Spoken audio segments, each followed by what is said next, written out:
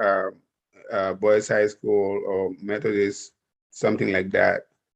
And they were able to go out, study, and became, graduated and came home. But yet, other kids who study in Gambia are not prepared, are not ready for university. If Gambia is not ready for one, which means the high school graduates in Gambia cannot or are not prepared for university. So from that point on, I paid attention to the news. I paid attention to everyday issues of the Gambia. And I've always believed that we can do better. I've always believed that the country has more potential than what we were either made to believe or what we've been shown. But I was also fully aware of the disadvantage that I have coming from a minority unit, like without any political connection or any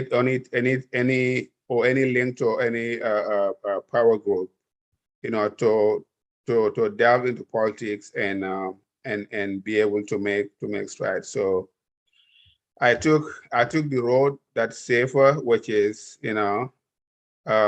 find a way to make a living and help my family rather than pursue what I thought was like my calling, going into politics. So I never really made it in there. But that's how my interest in politics was first, came into me to this day. And I still believe that we can do better, way better than we're doing right now.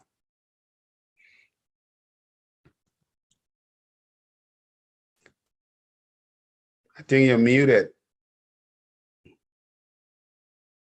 How do you see Gambian political situation right now, and then the direction that they're in? Are we, in a good? Are we going in a good direction, or what do you think need to be done? What are the political obstacles that we are facing right now, and what is the way forward to improve that?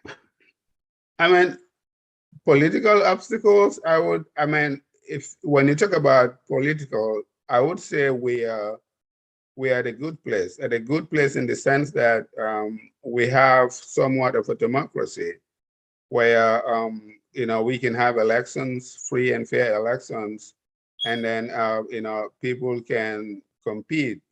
That is yet to be, like the competition is in itself, the playing field is yet to be fair, because still, incumbents always have a bigger advantage than anybody else because of their access to resources, which is never monitored, and also their access to state media, where the other the opposition don't have the exact same opportunities as they do.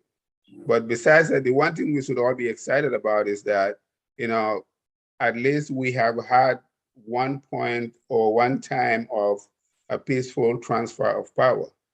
And we this time around we have a continuation. Even though there were challenges, but the challenges followed the right process, and we all accepted the outcome and are living with it. So that's positive. In terms of like economic development for the country, I don't think we are headed in the right direction, because we hear this so often, long since Jawara's time. It's like the country is trying to encourage foreign investment and all that sort. But yet they never talk about the basic foundations or the basic pillars for foreign investors to be interested in Gambia. A place like Gambia, where we don't have natural resources, for any country to come or anyone to come in and invest in Gambia, mostly it's going to be in manufacturing. That's what it's going to be. Mostly it's going to be in manufacturing. Manufacturing requires a constant, reliable of power supply, a constant, reliable of water supply, an educated workforce. We don't have any of that. So when politicians say, they are trying to woo foreign investors. For me, it's a talking point, because you don't have the pillars, you don't have the foundation for anyone to feel comfortable to come in and invest in the country. And yet you talk about foreign investors. So until we fix those areas, we can talk about foreign investment all we want. It is never going to happen. It's been a long time that we are not able to have sustainable power supply in the Gambia. And it is even more shameful that we have a river of fresh water, I don't know how many miles long, and yet we cannot have a consistent supply of water. So Okay. if you ask, we're not going in the right direction. Okay. So and now I'll let Sam comment, but what do you think politically? You said that we have, we are free now. I mean, we are freer now than before. Of course, they are not. People are not disappearing. That is a way forward. We don't have junglers and NIAs. That's I think that's what we fought for 2016. Yeah. Yes, but that also came with some cost. It did. Okay. So it came with the cost that, now Gambia is not safe. People are getting robbed, right? People are even getting killed. They're pulling out guns, and getting people's stuff. So life is not the same. So that is the trademark we got. Yeah. And then also, not only that, the security reform, Senegalese are still manning our troops, our security. We don't have Gambians manning the security as it used to be. We have foreign bodies, which is not a good thing. It could be a temporary thing, but it's not. No. So it looks like we solve one problem, then we end up creating more problems. How is that gonna? How are we making headway in that aspect when it comes to security?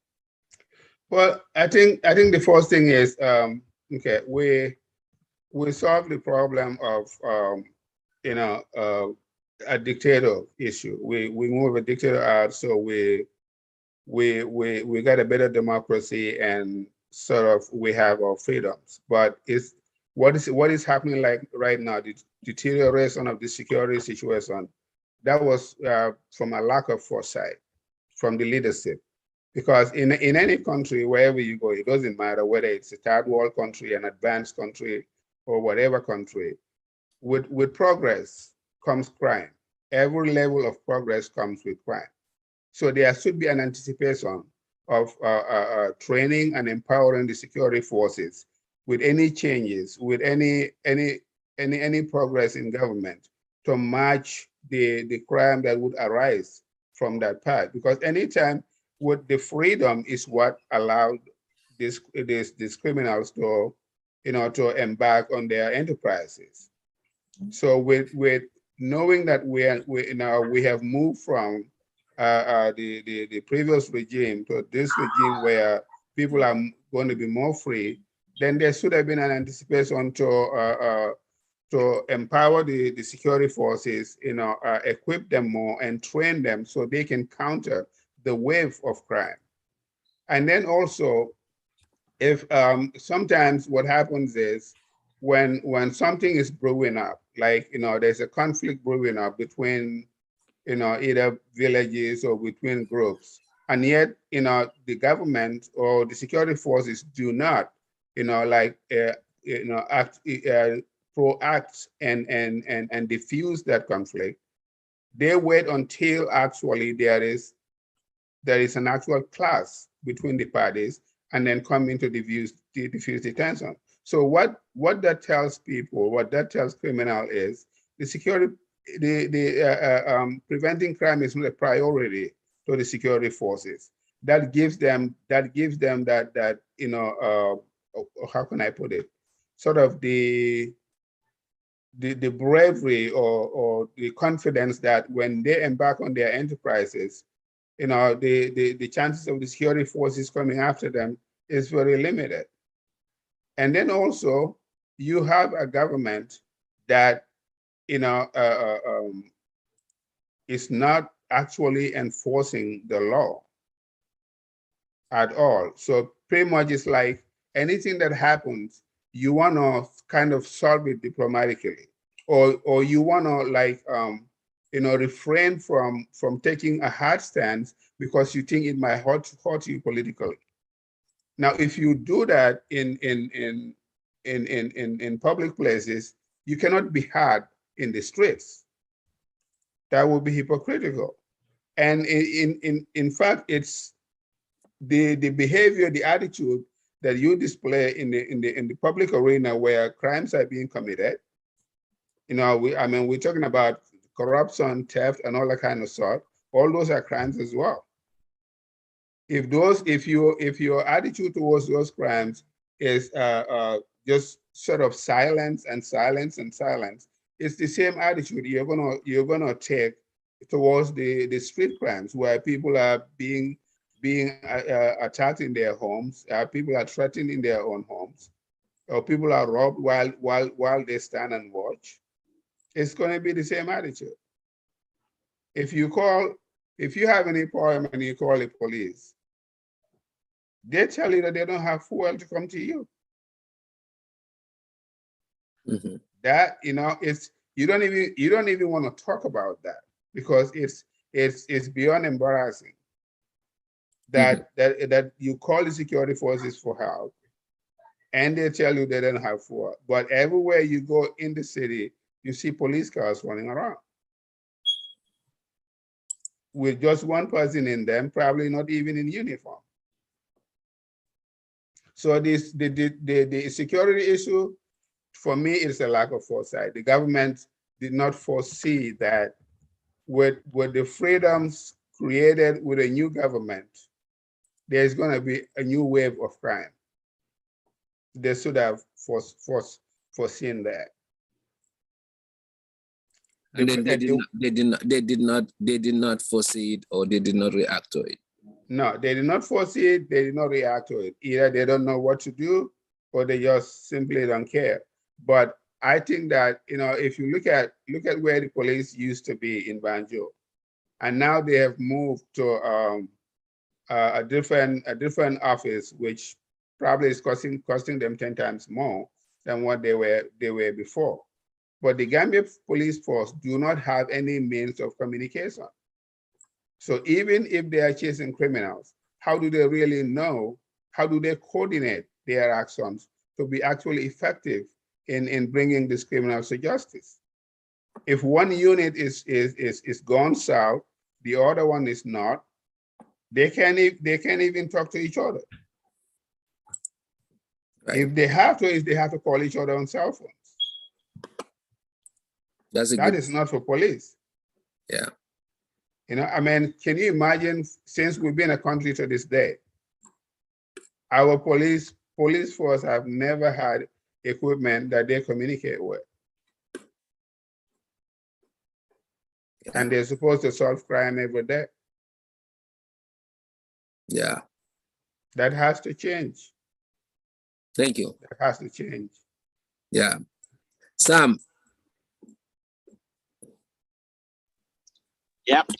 Yeah. Yep. So definitely thank you, Moses, for all of that. A lot of good information there and a lot of stuff, and I totally agree with him. Because our country is not. We got democracy, and democracy is freedom, and freedom comes with a price. And there were people in Gambia that paid the price. People that were killed, and people like Slow Sending, and that were killed to demand for freedom and free everything to be the way democracy calls for. So now we got the freedom, but we are not quite there yet because there are certain things that still happen. When you say freedom, I know. You still have calls from the top. You still hear the word that we got a call from the top. I don't know who that top man is, but and I don't think that the president himself is picking up the phone and calling police officers or law enforcement officers and telling them, go arrest this one, don't go do this. Yeah. So we still have that in the system. That should really stop. That shouldn't be happening. But going into that, before I get to the political side here, I just want to say for sure, with the security system that we have in the country, Gambia as a whole, since we had, since the 2016 election, one of the pillars of the manifesto that was put together by the coalition party was to do certain things, reform security. Security reform was one of them. The commissions was another one. Constitutional reform was another one. If you look at it, the reason why we are where we are today is because none of that was done. None of that was done because if security reform was done the way it really is supposed to be, we shouldn't be having the problems that we're having today.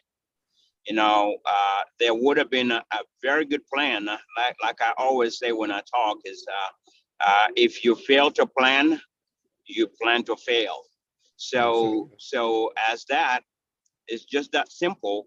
If our country failed to plan a good security reform, because when you're doing a security reform, you need to have those experts sit down and strategize and think and brainstorm and see what do we really need in the reform.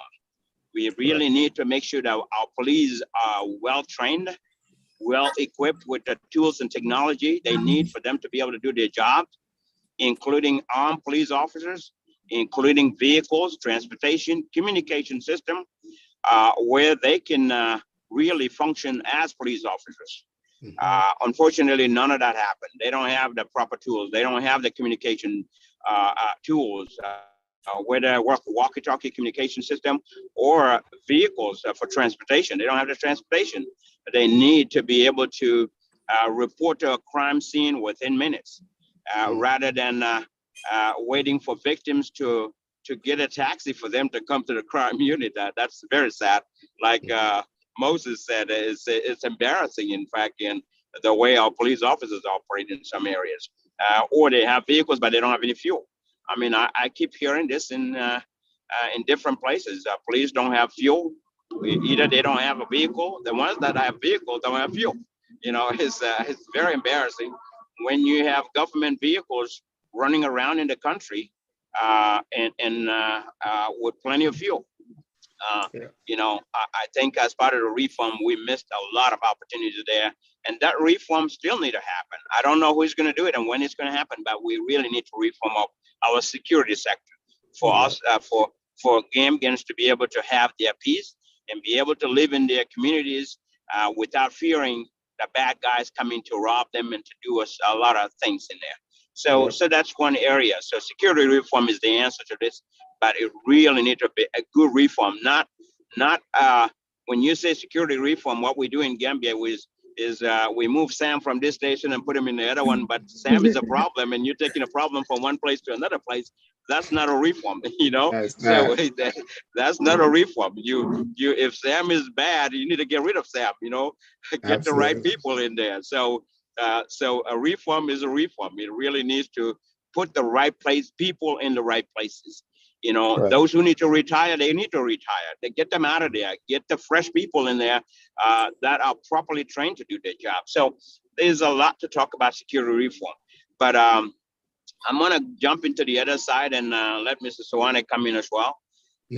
From a political standpoint, when we ask ourselves, our country, where are we going and where are we today? It is also sad that our country is where we are today after 57 years of independence. Since independence, we still don't have what Moses said. We still don't have good water supply for our people. We don't have good electricity for our people. Having electricity 24 hours a day and 7 days a week. We don't have the infrastructure, but most importantly, also, we don't have a good structure for our company. I mean, for our government in our country. When you talk about good structure for economically sound government and a democratic government as well, we need to see all the things that were held back to be moving forward. For example, agriculture in Gambia. You look at our economy, look at agriculture. I mean, we talked about security here. Look at our healthcare. Healthcare is in a very, very bad shape, bad shape. You go to our hospitals, there's no medicine, there's no supplies, there's nothing. And the hospitals are deteriorating and a lot of things. There was a video that I watched one time. Nurses were saying they don't have gloves. They can't even have gloves in there. And that's a disaster waiting to happen because if nurses can't get gloves to protect themselves and keep clean hands and change gloves after every task, they will be the ones that will be transmitting illness or disease, even virus from one patient to another. So it's very serious when we have all of that. Look at our education system. There's a lot of things that need to happen in Gambia. And unfortunately, we don't have that in place, and that's what our government need to look at, and really stopping corruption. I know corruption is the biggest issue we have. Stopping corruption is not going to be a one-day thing. It's not going to be done in 1 year. It's also going to take someone that knows what they're doing, and someone that is going to be honest to themselves, and from day one in office as a president, declare their assets and hold themselves accountable to be able to hold people accountable. And that didn't happen from the beginning. That's why people are stealing and they embezzling millions and coming up with different criminal activities to really take Gambia's funds, our funds, from the Port Authority, from different places. Even our central bank, there was a scandal there. I mean, you go to a lot of different places in Gambia, different departments, money is missing.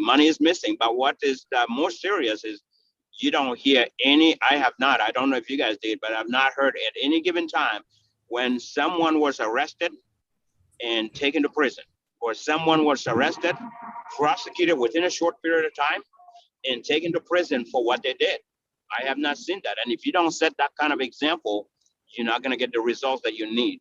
And therefore, corruption is going to continue. That's why it's continuing. People are there for themselves. They are there for their pockets, making money for themselves, not making money for a country.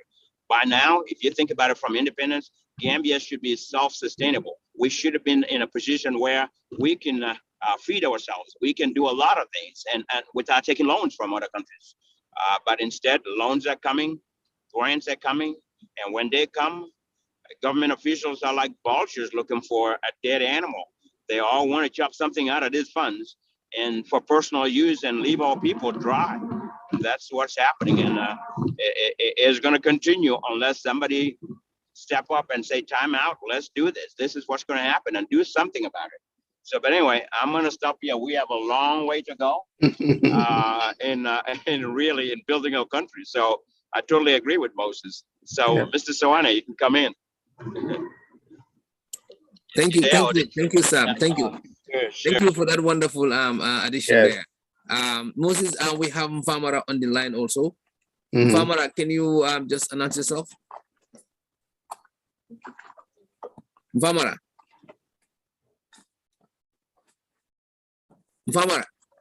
Maybe he's on because he's at work, so he probably on mute. He should be back in. Yeah. So so Moses, just to add, to what Sam has just stated. My point is, like, you mentioned security. I mean, we talk about security reform. And then when we also talk about we touch election reform. Now, still elections reforms are not fair. in terms of the incumbency, using government funds to kind of win elections. And then we have seen a lot of allegation from UDP that the election was, they used the power, the incumbent used the power of incumbency using government vehicles and all that. So this is all the stuff that we're trying to abolish.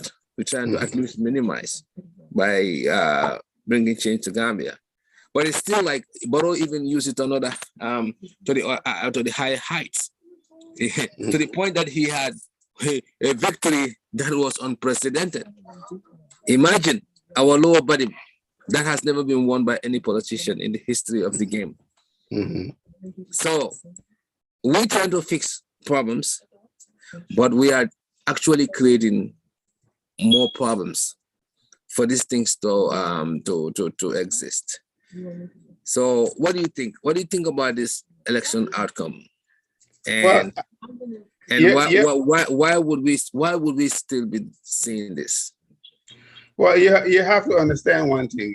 Like Sam pointed out earlier, the reforms that were needed, or the reforms that were highlighted in the coalitions, the 2016 coalitions manifesto, and institutional reforms was one of them. So constitutional reform was one of them as well. We still have the 1997 constitution, the one that Yahya Jammeh drafted specifically to protect himself. So, and it's the same constitution that Barrow came to experience and see how protective it was, how empowering it is for the presidency, which is why he didn't support the constitutional reforms. So until we have those reforms, a lot of institutions are not, you know, they're gonna be, we're in a different time that we say we have a democracy, but the powers of these institutions is gonna still remain what they are, a namesake, you know, to the president's powers. So take for example, you're talking about the IAC. Until the president doesn't have the power to fire the IEC or even appoint the IEC, that is not going to change. The IEC should be someone either, even if can be nominated by the president and confirmed by parliament, and he or she should not be able to be fired by the president. The president should not have the power or be able to have the power to fire the IEC chairman. No, not any other IEC commissioner as well. If once you take that out of the way, if the firing of these election officials, you know, is the power is transferred to parliament, then you spread out the bias, where one person is not comfortable, not happy, and takes action, but here is a whole body of individuals that will have to come and decide after a true and fair hearing. But until we get to that point, the IEC is going to continue to be biased, because I mean, these are individuals that want to keep their jobs, even with integrity. As you know, at some point, we are all susceptible to doing the things that, you know, best serve our interests, or the things that mostly serves our financial security interests. And that's the situation here with the IEC. The IEC is not going to be any better than they are until the way the IEC, the staff are appointed, and who has the power to fire them. If that changes, then you will see people who will have much more character and be more brave to take the right steps and not be afraid of any retaliation from anyone. So I think you're muted. Vamara, are you on board? Okay. I think Vamara is still not there. So well said. Thank you. Now, coming to taxes, Mhm. you are an expert in this area. So you have understand how taxes work, how it brings revenue So, individually and as a government. So can you take to our, our viewers, what are, what are the things that they need to know? How can they can use taxes to their benefits? And also the government, how can we make tax an income that would sustain our economy? well, I mean, for your viewers, what they can do with taxes to their benefit, really, I mean, they just have to be hopeful and believe that their government will use their taxes wisely to their benefit. But otherwise, for your viewers, I would say if you're a citizen of Gambia, one of your obligations or one of your duty as a citizen is to pay taxes, and we all have to do that, even when we don't like the way the government handles our tax revenues. Now, in terms of the government as to how to utilize our tax funds, I mean that is going to be more like subjective to who is in power and what is their economic agenda or development program. And the issue that I have mostly is with government, especially in the Gambia. If you look at the budget, the budget that the government prepares every year, this is what tells you what the government is going to do, where they're going to spend most of their money.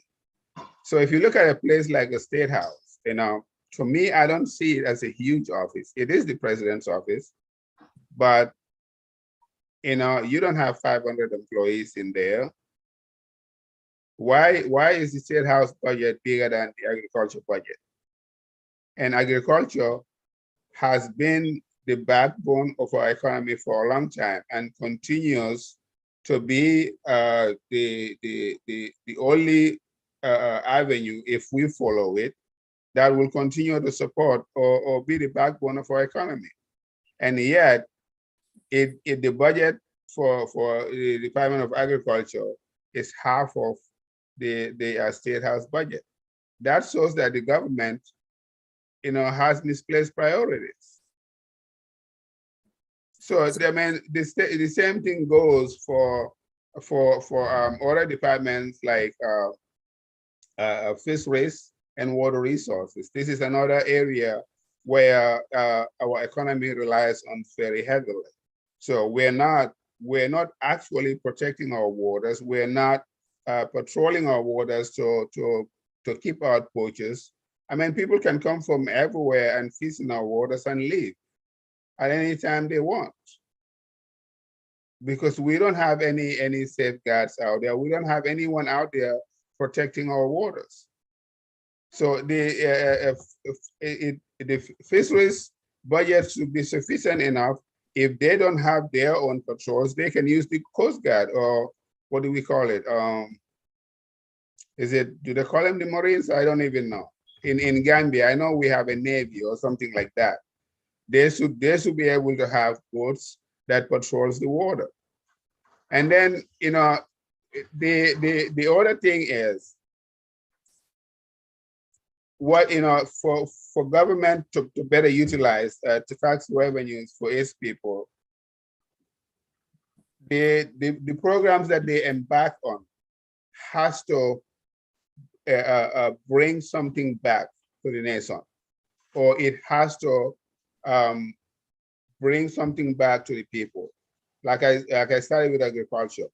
We know it creates exports that helps our balance of payments.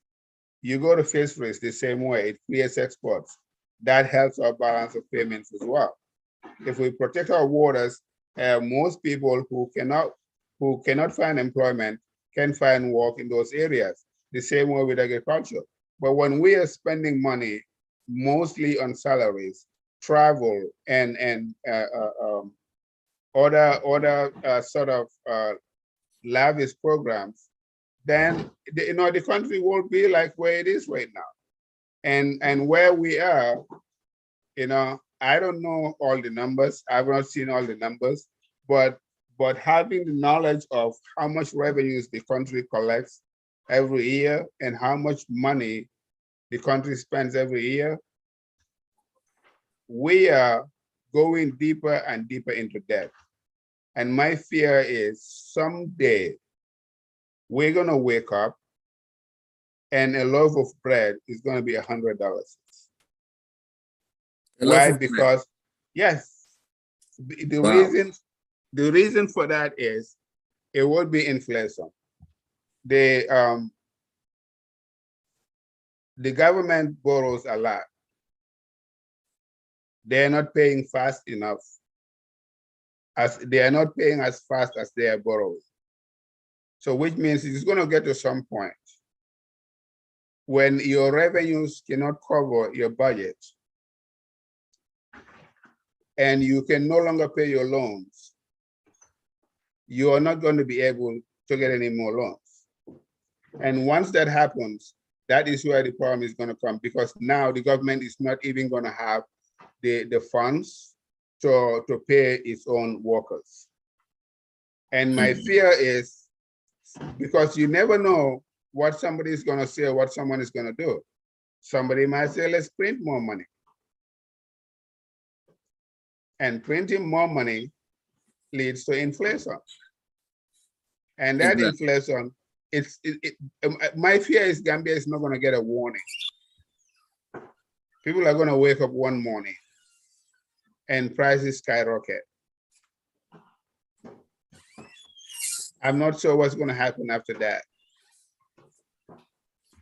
If you look at, I mean, in what GRA collects for Gambia and what the government budget is, there is a big gap. A big gap. And I don't know how long that's going to be sustainable. I don't know. Exactly. Yeah. All right. Perfect. Sam. Yep. Moses brought up very good points. Yeah. And he's definitely on the right track. Yeah. Definitely true.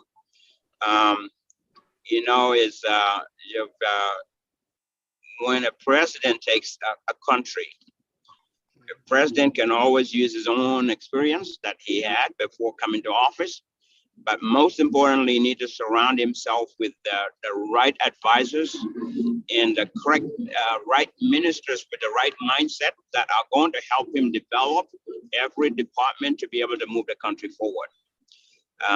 Unfortunately, our country does not have those advisors to the president. And we don't have those in the ministers either. That can tell him this is what we need to do to turn things around. And Gambia needs to turn things around very quickly, really quickly.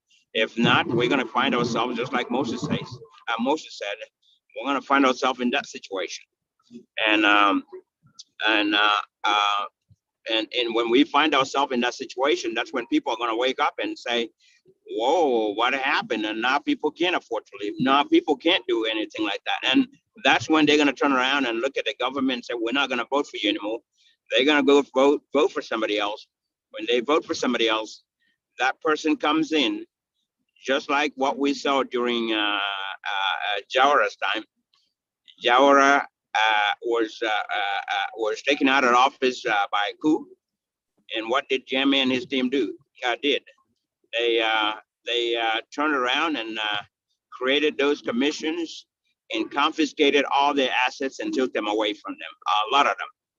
When Jammeh took office, he was there in the same situation. Barrow came in, then we have Janet Commission. And Jammeh's assets were frozen, and a lot of his assets were taken. And as a result, those assets were unfortunately, anytime that happened for the past, those assets are not really redivested back into the country for us to pay some of our loans or debt and be able to fill some of the gaps there. Instead, those assets are shared. They are lavishly distributed and mishandled, and we don't get anything back. There is going to be a time when we're going to have one president that's going to come in and say, all right, we are tired. I'm sick and tired of this destruction of our country with all this corruption.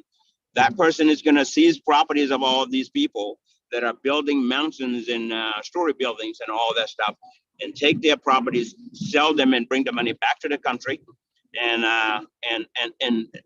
develop the country from there. And that person is going to be a person that's going to cut their coat according to their size. Here is what our revenue departments generate, and this is what we within. We're trying to not to take loans and live within our income, what we have. Does that mean we're going to cut some unnecessary stuff? Yes. Unnecessary travel, unnecessary expenses, unnecessary entertainment, and all of those expenses get cut out, and unnecessary employment too. It may create that, even though we need to create jobs, don't need to kill jobs, but it may come up to a point where for this country to really turn around, there are certain things that need to happen. There are certain things that need to happen to be able to get there, and we're yet to have that. But for me, when I analyze all this, these are things that I've talked about in my WhatsApp audios before. When I analyze all this, it all comes down to one thing for me, is our National Assembly. The National Assembly are the people that people elect and put in office to hold the government accountable. And to me, they're not doing their job. They are not doing their job because in certain area, in terms of holding the government accountable, I have not seen them done their job well in our laws. When they first came into power, into office, one thing that National Assembly jumped on and they did was to change the Constitution to a point where age 65 and older can be part of the government, like for the vice president, when they wanted to make what's the name again? Fatmata Tambajang, I think. Yeah, when they wanted to make her a vice president, everything was done for that law to change, and they did change that law to put her in place as the vice president. Well, after that, what else have they changed? I have not seen, because in the Constitution, there are laws in there that the National Assembly members can change, and there are laws that are part of the entrenched clause laws that they cannot change by themselves. They have to be able to get supermajority in the National Assembly, which means 75% of them have to vote yes for that to be able to go to a referendum for the country to change those laws. So anything that's not on that entrenched clause laws, they can change all of it. They have not done that. They should have done all of that even before the constitutional reform. Okay, which also get thrown in the trash can. I guess it's not there. It's not done. I would say it's not done. So the National Assembly is the institution that represents the people. They are the lawmakers. They make the laws. They need to make sure that the government enforces those laws. If not, they should turn around and say, wait a minute. They need to be able to hold the executive accountable. They should not see the executive with all of these corruptions happening in our country, all of these scandals going in our country, all of these funds being missed in our country, diplomatic passport scandal. And I have not seen anywhere, any National Assembly member, they may have done that. I'm just saying, I have not seen them stand up and say, look, we're going to hold you accountable. We want to know why. We want to know who did this, what happened, why they did it. We want to make sure they face they face justice in this. People that are mishandling our funds by taking millions from our coffers should be held accountable. The National Assembly should tell the government, call the government and say, look, this needs to stop. If not, we are going to hold you accountable for this. And we are going to say, you know what? We're not confident in you. We're going to vote a no confidence in you. We're going to pass a no confidence vote in the National Assembly to remove the executive. And they can do that. They have all those powers. Again, it's going to take 75% of them which is the super majority of the National Assembly members should be able to say, we don't have any confidence in this government. Our security is dying, because they're not doing what they're supposed to be doing. Corruption is skyrocketing. We are losing a lot of funds, and they should also pass a debt ceiling. A debt ceiling meaning that this is all the government can take loans. This is how much loans you can take. When you get to that, there's no more loans. We're not going to approve it. Yeah. That way, they hold the government accountable to live within their income, and they need to be able to do all that. And again, if the government cannot do that in anywhere, the National Assembly need to be able to say, all right, they need to look at the things themselves and analyze and pass a vote of no confidence in the president. And once the National Assembly passed the vote of no confidence for the president and this executive, according to our 1997 Constitution, the Speaker of the House has to call the IEC and instruct IEC to do a referendum within 30 days. And if a referendum get passed, majority of the Gambians say yes, we also don't have confidence in this government, but the president backs up and leave the office. That's the law. Yep. So National Assembly has all powers and not utilizing it. They're not doing anything, and our country is going downhill. We're taking loans and loans and loans and loans, and loans are going to kill us. We're going to get to that point what Moses was talking about, where people can't even afford living. So we have a lot of problems. So I put more blame on the National Assembly than anybody else. Yeah, so that's what I wanted to add to this. Thank you, Sam, for that. Moses, very good. Yes, Moses. So my concern is that when you comes to taxes, we as a country, I don't think we know what are the tax, what Gambia can gain from taxes. I read about how Kenya and other countries were able to sustain their economy because of taxes. They don't have a supernatural resources where they tapped into to get revenues and to build their country. So I know there's a lot of tax issues in the Gambia. Taxes are not collected properly. Correct. I have even witnessed this one when I went there over 10 years. My tax they didn't go to my house or trying to follow up, taxes that I need to pay. And I went there and I pay all of them. Okay, which I should be paying on time.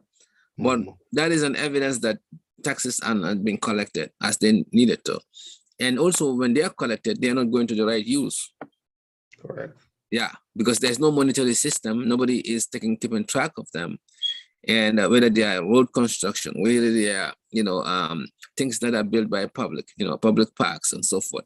So there's no accountability and transparency in the tax money. You go to ports, how many money are coming in every day collected? Nobody knows where they're going.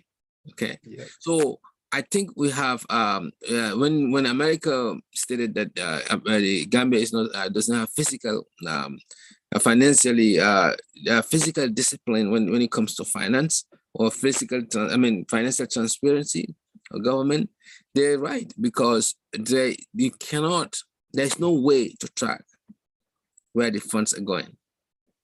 And we keep complaining we don't have mineral resources. Yes, we don't have golds and diamonds, but we have some other stuff. Yeah. Okay, we have a lot of things. Taxes is one of them. How many, as all Gambians have tax ID, to make sure that anybody who is employed pay taxes, to make sure that anybody who has a home or have a business are paying the right taxes. And this goes both ways. Big companies coming need to pay direct tax to the government. It doesn't have to be under the table deals. You bring a Chinese company, they're giving you under the table and you let them off the hook. So you have these Indians and these Lebanese coming with these restaurants and I would say supermarkets. You instead allowing them to pay you as a government official directly or under the table than to pay to the government, to the national coffer. Again, this all come with mismanagement of government funds, using vehicle on your own personal, your own personal services, wasting gas money.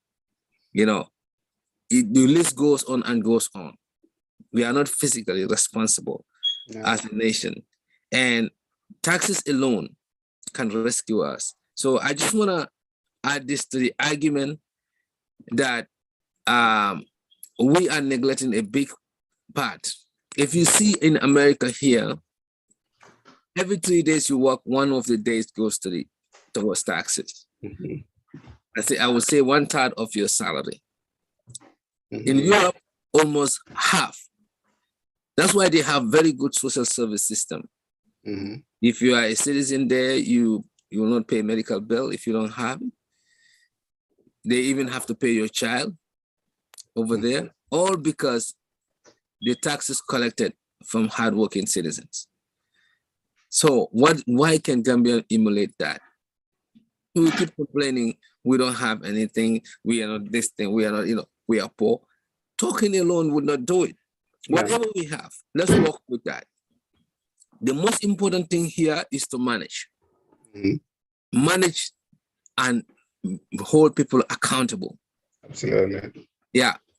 If you cannot implement, what is the purpose of advocating for it? You're advocating, wealth. I want to do this. I want to build bridges. I want to do that. Right? For political score point. But you cannot maintain your own physical wealth and have physical revenues. You're talking about State House having to spend so much money on those chickens and foods, which nobody could even understand. How can you have such a budget, such a huge budget like that? What are they doing with the food? Do they sit down and eat all day? Come on, let's not kid itself. Everything inflated, and this brings to the point of corruption, because inflation in everything. You tell somebody you are in charge of this, they will bring you bills that never exist. Where does the money go? Their pocket. It's not like, they really spend the money. It's not like those money goes to the food in the State House. No, they are accounting things that don't exist, inflating the money. This is how investments and use of funds, this is how mismanagement comes. So I think we need a government. We need a system in place. I always say this. Somebody or some type of government that can track every monetary use, and we maximize our profit by doing the right things, collecting the right taxes. Any Gambian, it doesn't matter how small you work, at least quarter of your salary should be taxable, going to the government to help out. And any big businesses, it depends on the size of your business, they should be taxed. Okay? There shouldn't be somebody, left behind. Or Karimumbadi or this is no. Put the law across the board. We all are here to build a nation. We're not here to sit down and say, I cannot tax. No. Charge everyone taxes according to the percentage, tax bracket or tax percentage that is prescribed by the law. And make sure that that money is accounted for. It's public's fund. Whoever touch it, go to jail. And this is, I don't know how we're going to come up with this kind of solution, but that's the solution. And we use this money to build our country. If we do that, people are not stealing. But you see somebody walking port, the next 1 year, they're driving Mercedes-Benz. Somebody is doing something wrong in the expense of our country. And that's why we are not moving anywhere. Oh, portless cyber domoro. What domoro is that? You are there to work 9 to 5, getting paid whatever you need to pay for. Now, if you're not getting enough salary, that's a different ball game. And that's why the government need to figure that out, how to make sure that people's salary matches their needs. But we cannot be sitting here, talking about our government we cannot do this, we cannot do that. Our country, our people are, no, we have all the resources. We don't have to have gold and diamond to build Gambia. And that's why people like yourself, who are a tax expert, can come up here and give an overview, analysis of what you are capable of doing as an individual and as a government. So I have the floor for you one more time. I think Mfamara is trying to be on mute, but I don't know if he's muted now. Mfamara. Mfamara. Man, we would love to hear from him. Mfamara, are you there? No, okay. Moses now, come in. I think he's unmuted now, but he's gonna come in. Mfamara, you can come in anytime you feel like coming in. Moses, you have the floor now to finalize this discussion. I know you have to go somewhere. So here's the thing when it comes to tax collection in the Gambia. I always say that the government or government employees in Gambia, they thrive on chaos. And every department you go to, there doesn't seem to be a process. If there is one in the books, it's ignored. They create their own in their minds, which always creates chaos. And this chaos serves them very well.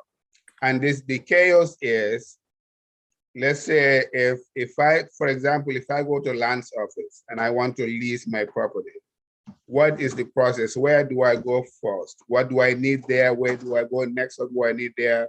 And where do I go finally to get my leased property? If there is a system, they do not use it. So what they create is one of their own where you go in, you talk to one person, they tell you that you need this, you need that, you need that. And then you're gonna have to come back tomorrow to leave this here and come back tomorrow to get this. You come back the next day, they make you wait for 10, 20 minutes, and then they ask you to go to another office where you are asked to come back the next day again. All this is because they're not going to tell you to that they need you to give them something. But when they create this chaos, the time waste that they put you through, you get frustrated yourself and you say to someone else, hey, what do you need to get this done in one day? And then you see yourself compelled to give something to be able to get what you want. So the actual process of going about getting what you want, you are never going to know it. If it is there, it's not being used, they create their own. So it's the same way with the tax collection system. There is no standardization. If there is a process, it is not followed. GRA have taken some measures recently, like for example, if you bring goods from, if you ship goods to Senegal, and then you go pick them up, bringing them to Gambia, do you know how you get to pay for that? When you get to the border, you are escorted by government officials all the way to GRA office in Banjul. That's where you're gonna go to pay for that. And the reason for that is because GRA doesn't trust its own staff at the border to collect the funds, those tariffs against those goods that were shipped to Senegal and now coming to Gambia. That is how bad it is. Yeah. So there is no standardization, because if you look at market vendors, people that collect taxes from market vendors, they have their own receipt books from what the government receipt books are. So if I come in, if I can go print my own receipt books to match that of the government, and then I come issue out of 300, I issue 100 for the government and 200 for myself. So that money is not going to go to the government. That 3/4 of that money is going to stay with the individual that is collecting the taxes.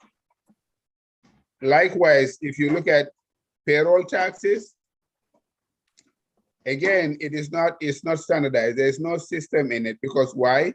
If you form your own company, you register your company, you hire 10 people, and you are actually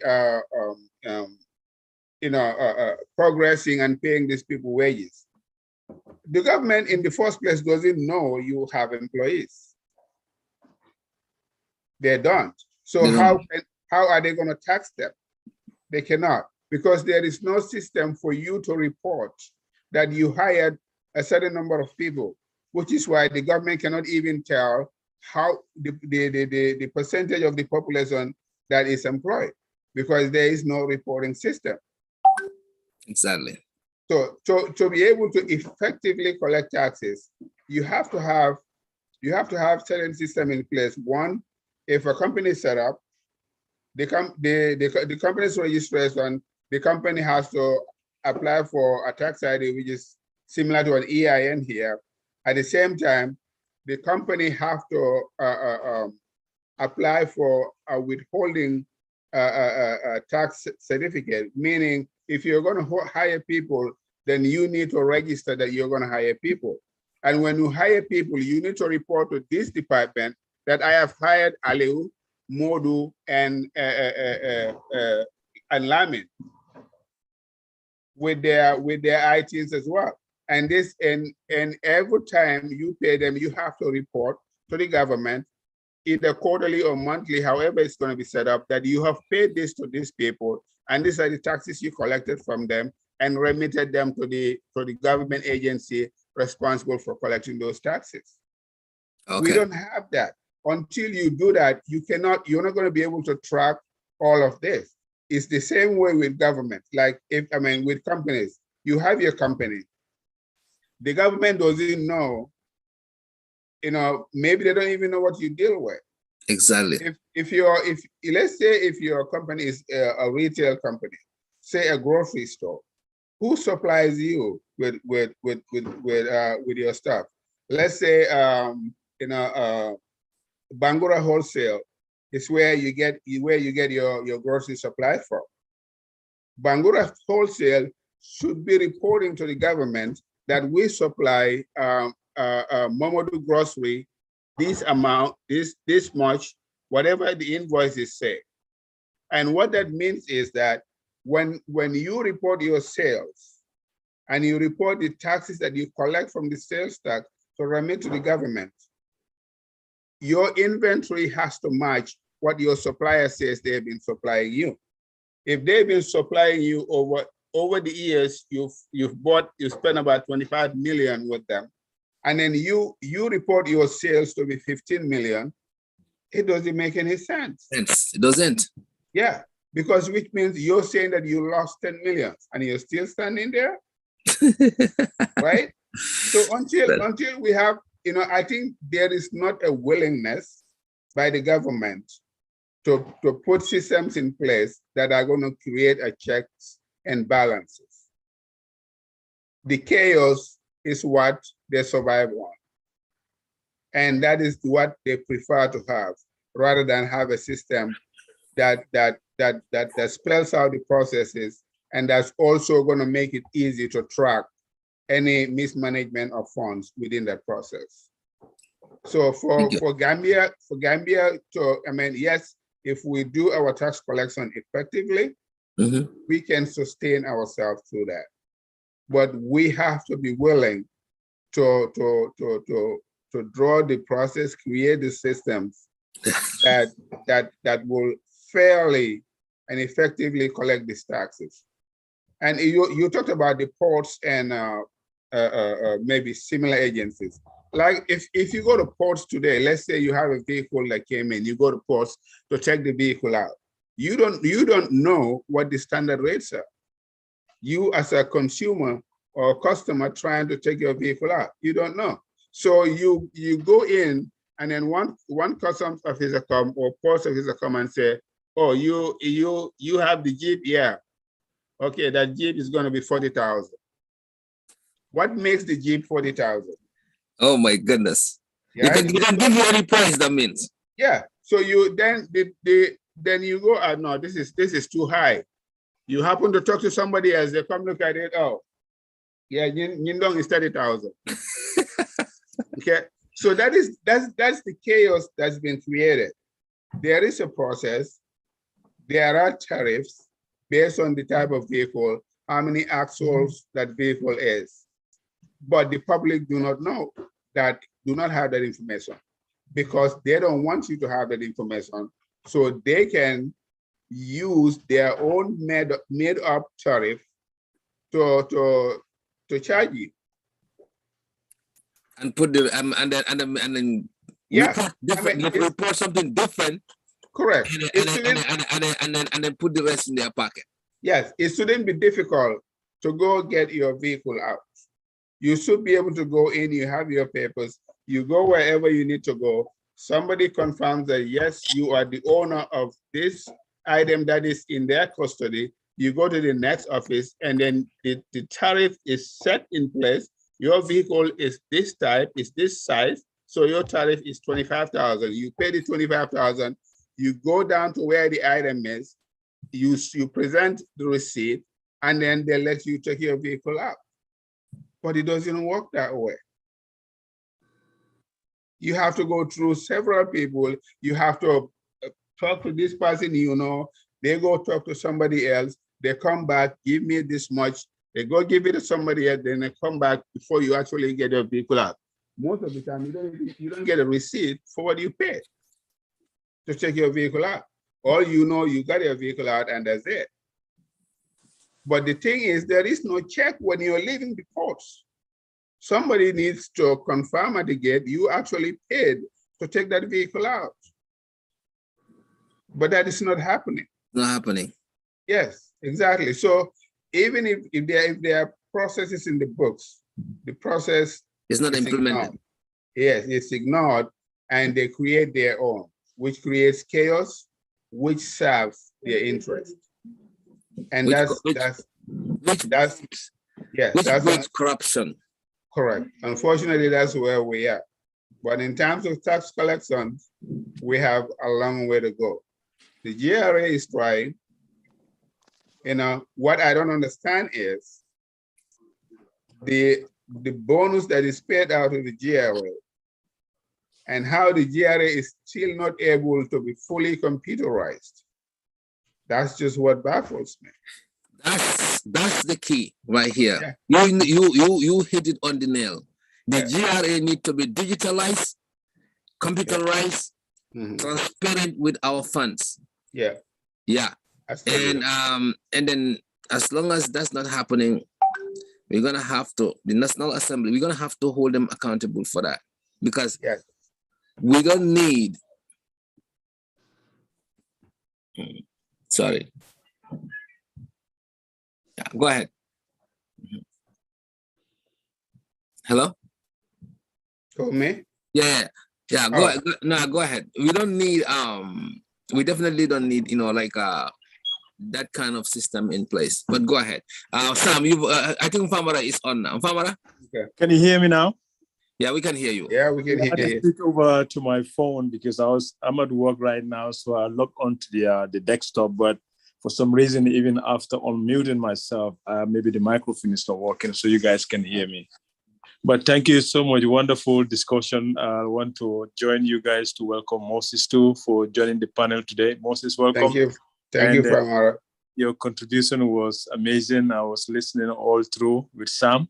Thank you so much. I mean, you guys need hit the nail on the head. I mean, accountability, corruption is definitely taking us back. Of course, yes, Gambia is not, we are not a wealthy nation, but at least we are making some money, which if we control, you know, and effectively have good system in place, we can actually help ourselves without borrowing too much. Like Moses is saying, we borrowing too much.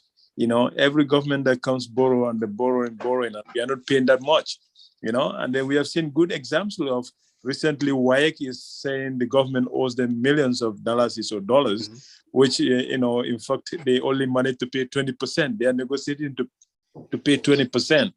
So, and then you see a lot of all this corruption. You guys are talking about ports. How can $400 million, you know, just go like that within a couple of years without detecting it until now? So this means there is no proper check and balance in those institutions. So this means we are losing a lot of money. And then you know what? Every time we go out to ask for money, we have some of those development partners. that are based in the country, they are looking at us how we are managing our resources. They are looking at us how, small things like money going out of ports, $400 million. I mean, they were not going to take us seriously because they are saying this is a nation that cannot even control money like that. How can people have confidence to invest or even donate your money, because they will be thinking it's still going the same route. You understand? So this is very serious, and I think it's very alarming. And you will expect the government that is going to do something about it, I mean, but you don't hear anything about it. You don't do anything. We hear in NAWEC, they say $15 million or $15 million went into their bank account just like that, and then you hear central bank issue as well, and then now you hear Ports Authority talking about police helping them, 400 million just gone like that. This is not encouraging at all. And then, I mean, it's affecting us, as a country, especially the poor people, that are really, feeling the brunt of all this mismanagement and corruption in the system. And here we're lacking the leadership here. And I think the president needs to be bold enough, and hold institutions and their heads accountable when such a thing like this mismanagement happen. Because if we don't do anything about it, it's either we're trying to ignore it or we know exactly what is going on, but we're trying to cover up. So effective leadership don't do like that, By now, I mean, we should have, questioned, the police should have been questioning, the head of institutions and even the ministry. How is that going to be happening? But thank you all, guys. I think Sam's, talked a lot about corruption and system in the previous programs, and also the audios that he was making the last few weeks. I think is all focused on the system and fighting corruption. And unless and until we go back and look at where we're going wrong and fix the problem, we're not going to go anywhere. We'll continue borrowing, and then those in the system will take advantage of the loophole, try to enrich themselves, and then in the expense of the poor people that are feeling the impacts right now. The cost of living is rising. The people that are poor, are the ones suffering right now, because a minister or director will not hesitate to buy bread for $15 or $10. But a poor man that is struggling his daily bread obviously will definitely think twice to prioritize whether to eat breakfast or to eat lunch, to survive with the kids, or either to pay the school education fees. So we are the ones suffering. The people on the grass, the poor people are the ones suffering. And unless and until we start holding these people accountable, when corruption happens, investigate it, get those people, accountable. And then, that way people can take it seriously, because otherwise the level of corruption is just too much. And they are just taking advantage of the current situation, everybody enriching themselves. But I think this needs to stop. And the nation, we need to take up our positions and responsibilities very seriously. Yeah. So Tom, thank you very much. Yeah, and then Sawane and Moses, thank you so much. Thank you, Famara. Famara is at work, Moses, but it's one of our contributors, our co-host here. Yeah. That's good. So thank you. For the benefit of time, I'm just gonna allow Sam to come in, and Moses, you can finalize our discussion. This has been great. The reason why taxes are important, and as a tax expert, I think Moses our people on the rate taxes, they don't see the effect of it, even here in the US, and even our Gambians in the US here and elsewhere. So and then especially our government, there's a lot of things happening that we citizens don't know about when it comes to taxes and their responsibility to pay taxes. Right. They don't know. I mean, they kind of on the rate, or they don't know the effect of it and the management of it, and how these tax monies have been stolen and used incorrectly. So this is an awareness that all the citizens need to be focused on, so we can emulate people, countries like Kenya, Kenya don't have any natural resources as such that had revolutionized the country. There was the tax money. They came up, the leaders, the intelligent folks came on table and say, you know what, we're gonna put our country first. Let's keep our individual different on the side, and let's try to see we don't have to depend on Western aids. We don't have to be begging for everything. We don't have to go to Chinese, let them come and kill our faces just to get, money in our pocket. We can do this ourselves. Yeah. And that's what we don't see in this government, especially. There's no effective operation. There's no central holding the system. There's no control. The president is not in control totally. Every entities are operating differently. He doesn't even have a clue what's going on around these entities. So we need a nucleus. We need a central grip on the system so our financial can be okay. Yes, we are free in a sense that we can sit down and move freely. That is okay. But that's the reason we fought for, actually. So that is not something that need to be, celebrated. That's what we deserve as humans. But now, what about the financial aspect of financial responsibility? That's what we're claiming. For our country to move another milestone, we need that to be fixed. And it has to be transparent. We all have to be comfortable. Every entity, every civil servants are working what they earn, and they earn what they are working. But we don't want to see one person out of the blue having expensive house built and crazy car, driving these crazy cars, and we don't know how it happens. That is so mind-blowing, because we need to be accountable for what we know. So people need to, understand that we are still not off the hook.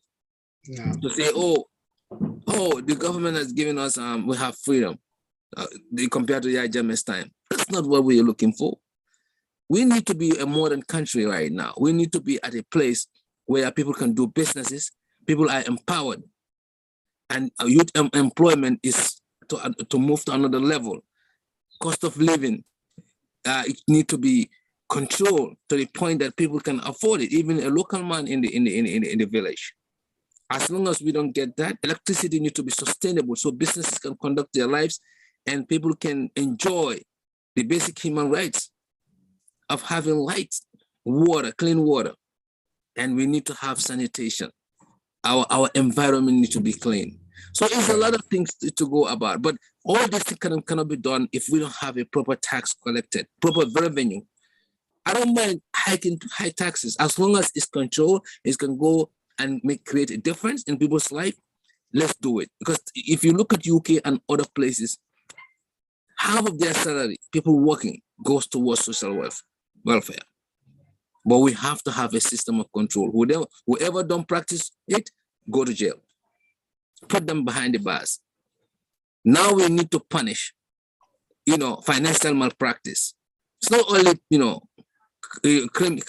criminal act. We need to punish financial malpractice. If you see ministers going to jail, local government folks going to jail, I swear, everybody under them would start to wonder, what do I need to do? I will not touch public fund. And this is what, starting from the president all the way down, this is what needs to be happening. So I'm gonna let Sam come in and then you can close the deal here. Thank you so much. Sam, if you have anything.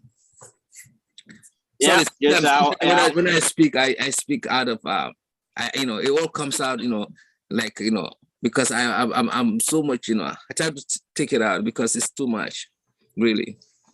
Yep, Go ahead. it is. We can never finish talking about Gambia because Gambia is full of problems. And as long as there are problems, there is going to be continuous talking, so we can never finish talking about Gambia. But anyway, I will make this my final here. But what Moses was talking about, all true, definitely. And like Famara said, I've made a lot of audios about corruption and distributed them all over the place. And pretty much a lot of these have been mentioned there. And also on my comprehensive civil service reform that I also put on Facebook, a video Facebook, and I also had audios about that as well.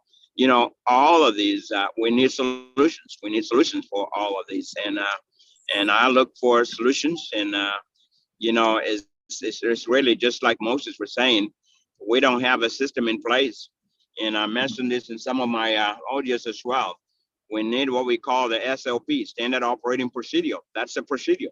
It's just like when it's time to eat. You wash your hands, get your spoon, or you're gonna use your hands, and you pick the food with your hand, and it goes in your mouth. That's the only standard. That's the way we eat. We've got to have a standard for all the things in Gambia. Every institution in the government, there's got to be a standard for everything, and those standard operating procedures need to be followed to the T. Everywhere you go, it should be the same. It comes along with transparency, and I mentioned this in my audios as well. Port Authority need to post a tariff, right, a big billboard in front of the airport. You should see the same thing in the airport. When you go to the airport, anywhere they collect revenue, there's got to be a tariff that's posted transparently for everyone to see. This is it. There should not be any question. If you have a vehicle coming in port, the tariff shows this is what you pay. That's what you pay. And I also said, for us to really fight corruption, we've got to take cash out of people's hands. People are stealing cash because they have access to it. If you take the access away and make everything getting paid at the bank, I mean, if I have a vehicle at the port that I need to pay, I look at the tariff, it says it's 40,000. I am going to the bank and pay 40,000 into that account, get my receipt, go to port, and I should be able to walk out with my vehicle. I paid it. That's it. No questions asked. And once I present that receipt, the port is also supposed to give me a gate pass that shows that this vehicle has been paid. That's why I got a gate pass. And the only way I get a gate pass is because I came with a receipt from the bank. So there's no cash in anybody's hands. The Port Authority will not have any access to cash for them to be able to steal anything out of there. If we do this in a lot of places, except for, like I said, everything can have a limit. And I also said that I know if somebody comes with has a box that only costs $200 to get it out, I mean, they should be able to pay that at port. But I also put set a system in place. They can have a register system in place where those get scanned, the barcode of that box gets scanned, or they create a PLU for that box that could be scanned so that it pays, it goes in the register, get paid, and all of those monies need to be reconciled. You see, we talk about a lot of accountability in Gambia. What they don't talk about there is reconciliation. There should be reconciliations. Reconciliations need to go with accountability. If you don't reconcile, well, guess what? You don't know. A simple thing is, if KMC has, let's say, a 500 stores in the market, in Serakunda market, for example, and the annual revenue tax that they collect from each store is 1,000 for a year. This is an example, a simple math. So KMC should have a system in place. Everything should be electronic. Everything should be digitalized, like I said in my audios too. So if KMC has that, there's really no need for anybody to go into the market and issuing false receipts, fictitious receipts, or to people that they made on their own. There should not be anything like that. People need to be able to go to their bank account, KMC's bank, pay your annual 1,000 in there, and it should be in their bank account and save their receipt. That's all they need to do. So no money goes into anybody's hands. And at the end of every month, KMC need to be able to look at their bank account and say, all right, 50 stores paid their 1,000. So we collected 50,000. Those 50 stores are here in our system. These are the stores that paid. 50 stores paid 1,000. There is 50,000 and the bank account shows 50,000. We are all good. No budget went to anybody's pocket. Yeah. Just that simple. If we do that month after month, by the end of the year, you have 500 stores. You should have $500,000 that was collected from KMC for those 500 stores, and that should match the bank account. Period. No money lost anywhere. And there will not be anybody running around giving people receipts, and they should not be harassing people. And towards the end of the year, 3 months before the end of the year, 90 days, they make announcement. Go to GRTS and announce that by so-and-so date, if you don't pay your revenue, your tax for your shop, we will close it. You put that in there, everybody's going to the bank and go pay it. Prove their receipts. If not, when the deadline comes, do what you say you're going to do. You've got to walk your talk. You go there and lock their shops until they pay. Just that simple. You hold everybody accountable. And if you do that year after year, everybody's going to pay their taxes. and everything will be collected 100%, and the 100% of those funds will be in the bank account. Nothing goes in anybody's pocket. So, you know, accountability comes with reconciliation. You have to be able to reconcile. And that way, if we do this everywhere, for the area council, the port authority, GRA, everywhere that we collect money, Gambia is going to see every single bit of the taxes that they collect. They want to see it. You're not going to see anybody working in the port authority building a story building, a $5 million house when their pay is not even $1 million in a year. Okay, you're not going to see that anymore. It will all go away. That's how you hold people accountable. That is what's going to solve a problem. And at the end of the day, that be one of the best solutions that we can have. So anyway, I will end this here. There's a lot to talk about, but yeah, thank you. Thank you all. Yep. Thank you. Mfamara, you have something before some Mfamara, you have final thing before our guest? No, I'm good. Thank you all for your time. It's been a wonderful discussion, and then hope to catch you up next week. Okay. Thank you, Sam. Thank you, Mfamara, for that, taking your time at work and still contributing. Yeah. So Moses, your final words. Thank you for coming. Thank you. And thank you for inviting me. Thank you very much, Sam. Really enjoyed the discussion. I learned a lot here.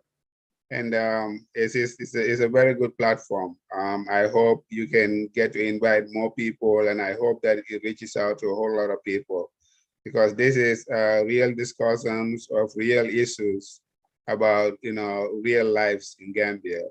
So I hope you guys continue to do the good work that you're doing. Like Sam mentioned earlier in one of his commentaries, that things that happen in various departments or institutions, you hear about them, but you never hear anybody getting arrested. You never hear anybody getting fired. You never hear anybody getting suspended or anything of that sort. So these are just some of the issues that baffles you. And when you hear that and you think about it, the only thing that comes to mind is the reason there is no accountability, the reason there is no enforcement, is that if you as a leader are compromised in the process yourself, you cannot take any action. If you take any action, it backfires back on you. So it's the corruption in Gambia is a network, and like Sam says, to reduce some of that. I didn't know that it's a network. I didn't know that it is a network. Something new. because like. Just this Mfamara mentioned about NAWEC. I had the story. I'm not sure how true it is, but NAWEC had $50 million paid out to $15 million paid out to an individual. What work would these individuals have done for NAWEC to receive $15 million? And yet NAWEC could not explain it. Upon question, they have to look into it. What do they need to look into? The check was written out to somebody else. And then there was another story too, that GRA had their safe broken into, and an undisclosed amount of money was missing. But GRA cannot tell how much it was because they didn't know how much was in the safe. It's crazy. And GRA did not report it to the police until a month later. So why was no GRA officer arrested, fired, suspended? Why not? I mean, it's inconceivable. So somebody higher up must be a part of it, or whoever has the power to enforce a discipline into the GRA for this action is a part of it. That's what makes it a network. You cannot enforce discipline or laws against anyone when you are a part of the process that created the problem that you need to enforce on. Then you would actually be enforcing it on yourself. So, taking cash out of people's hands will help solve some of this problem. And I think for the government of the Gambia, if the government is really serious about moving forward, they need to have a proper tax collection system. That's number one. Number two, they need to stop borrowing. The only time the government should be allowed to borrow is borrow when the money is going to go to an institution where it's going to bring back revenue. Exactly. For example, and this will be a long topic. I'm just going to give an example, like the police force. I wouldn't mind the government borrowing money and investing it on the police force. The police force can generate a lot of revenue for the government, a lot, through traffic enforcement, civil enforcement, and that's how you can enforce the laws in the Gambia. That's how you can instill discipline in society, and with that in place, that spills over for law enforcement into the civil service and financial crimes. But you have to have the basic law enforcement in place, and where it is incorruptible, meaning if a police officer cites you on the road for either traffic violation or throwing trash in the street, the digital handheld that the officer goes in and keys your incident will generate a court case with the courts. It doesn't go to the police force. Where so your uncle is not going to be able to call the commissioner of police or the IG and say, hey, one of your officers gave my son and my nephew a ticket. The IG cannot do anything about it because when he printed that receipt, it generated a court case with the judiciary. The IG wouldn't have any power over the judiciary. So your nephew will have to go and face the court and pay this fine or prove that he was wrongly accused. So if the government invests borrowing and investing in institutions where revenues can come in would be supported. Plus, the GRA need to expand its operation. One of the issues we have in Gambia is our fish rates. A lot of fish are getting wasted. Of course. And the reason for that is because there is no control. If I say I'm a fisherman and I'm going to fish for Charlo, the government should say the size of your net should be this much. And you're supposed to get a license for that and that alone. If you want a license to fish for tuna, you're going to get another license for that. And the net has to be regulated as well. This will force fishermen to leave the small fish back there at sea and come home with the right fish. And they're not just going to go with this tiny net that grabs everything that it covers. And that will be another source of revenue, the licensing of fishing in Gambia. I mean, all these fishermen you see with boats in Tanje, in Gunjur, in Katong, in Tujereng, and maybe in Banjo, they're not paying licenses to go fish. All you need is a boat and a net, and you're gone. Oh my goodness, that's pretty much it. So there are a lot more areas where the government can collect more revenues. But the first thing the government needs to put in place is the right system, which has checks and balances that will allow them to collect taxes from everyone and protect the tax revenues from misuse or misappropriation. So thank you guys again for inviting me. Thank you. And, this is a wonderful move. We'll catch up. Platform, yeah. Yes, we will catch up on some other areas that you might have expertise on. I think you have delivered such a wonderful insight. And with Sam and Vamara, you guys are amazing as usual. Thank you. And then we almost gone 2 hours. We didn't expect that. We expected an Yes. hour. Yes. So, but the conversation worth it. And then thank you for your time. I know you have an errand to go. Yes, I have but- to run to Yeah. that. Yeah. Thank you. Sam, Yeah, thanks, Sam, Moses. nice Yep, meeting thank you all. We'll catch up. Yeah, we'll Yeah. catch up. you, Yeah, Dominic. definitely. Thank- Someone I right. can get you my number too as well. Yeah. We can catch up. Okay. yes, Will do. definitely. I will share your Thank number you, with, thank with Farmer. Yeah, I mean, with Yeah, Sam, yeah. definitely. Yep. Barbara, Thank you. Yeah. Thank you all. All right, bye. Barbara, All right. thank you. Yep. Bye-bye. Thank you. All right. Take care.